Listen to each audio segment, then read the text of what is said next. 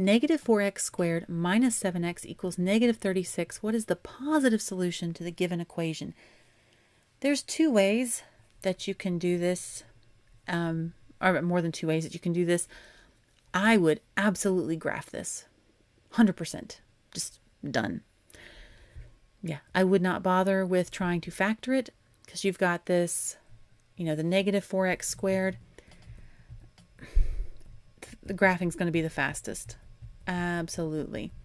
I'm going to show you how to do it in other ways, but, we're graphing the sucker. We want to get it done quickly. To get this equal to 0 so that I can solve using quadratic formula or see if it's possible to factor it, I'm going to move everything over here. So first that 4x squared, negative 4x squared, I'm going to add a positive 4x squared to either side. So that gives me a negative 7x equals 4x squared minus 36. And then I'm going to add 7x to both sides. And I'm going to get 0 is equal to 4x squared plus 7x minus 36. Now, to see if you could factor that, you would multiply those two together. Negative 36 times 4 is negative 144. And we would say what things multiply to negative 144 but add to a positive 7.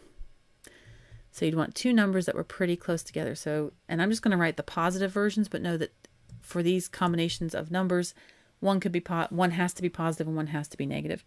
So 12 times 12 is in there. Let's see, 9 goes in there. Oh, I'm blank 16 times. There we go, 9 and 16. And let's see, actually, and then I'm not going to, as I'm writing these down, I'm not going to go any further because I see that the difference between 9 and 16 is 7.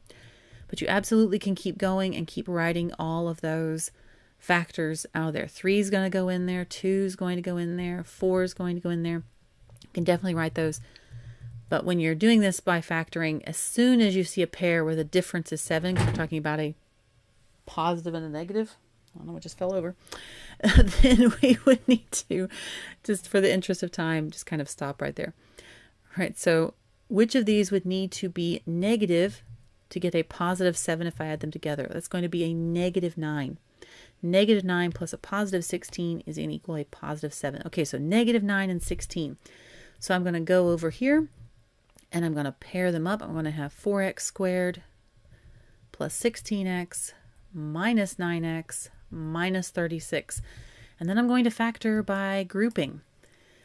So in this first group, I can pull out a 4x. And that leaves behind x plus 4. And I want this second group to also be x plus 4. So what can I bring out of here to make that happen? It's going to be a negative 9 is what I'm going to pull out. And then these combine together to be 4x minus 9 times x plus 4. And then we solve each of these separately. So 4x minus 9 equals 0. Because all of these, I didn't write it each time. I should have. I'm sorry. Should have been equals 0 the whole time down. And then x plus 4 equals 0. All right, so on the left, 4x minus 9 equals 0. I need to add 9 to both sides. And I get 4x equals 9. Then I'm going to divide both sides by 4 to get rid of that times 4. And then I get x equals 9/4 or 2 1/4 or 2.25. And then up here, my other one, the opposite of adding 4 is subtracting 4. So I add 4 to both sides. Excuse me, subtract 4 from both sides. So I get x on the left and negative 4 on the right. So my two values of x are 9/4 or 2.25 and negative 4. Now, so is that, look how much space that took to do that. Is that possible? Absolutely. Can you also solve it using the quadratic formula, which is, negative b plus or minus square root of b squared minus 4ac all over 2a. And you use, and from this right here, you would use 4 is your A, 7 is your B, and negative 36 is your C. Can you solve it that way? Absolutely. You know, more power to you if you decide to do it. What's going to be the fastest? It's going to be graphing. Absolutely. Once I would change it into this, and then I would put it in your graphing calculator as y equals 4x squared plus 7x minus 36. But frankly, you can just stick it in just like this into your graphing calculator, and you're going to get an XY graph like that, and you're going to get two vertical lines that are going to represent your two answers. And you just see what the X value is for those. It's the fastest, absolutely the fastest. Go graphing all the way on this one. But we have our two options, and we said our two answers were 9/4 or 2.25 and negative 4. And they wanted the positive solution, so that is going to be right there, the 9/4 B.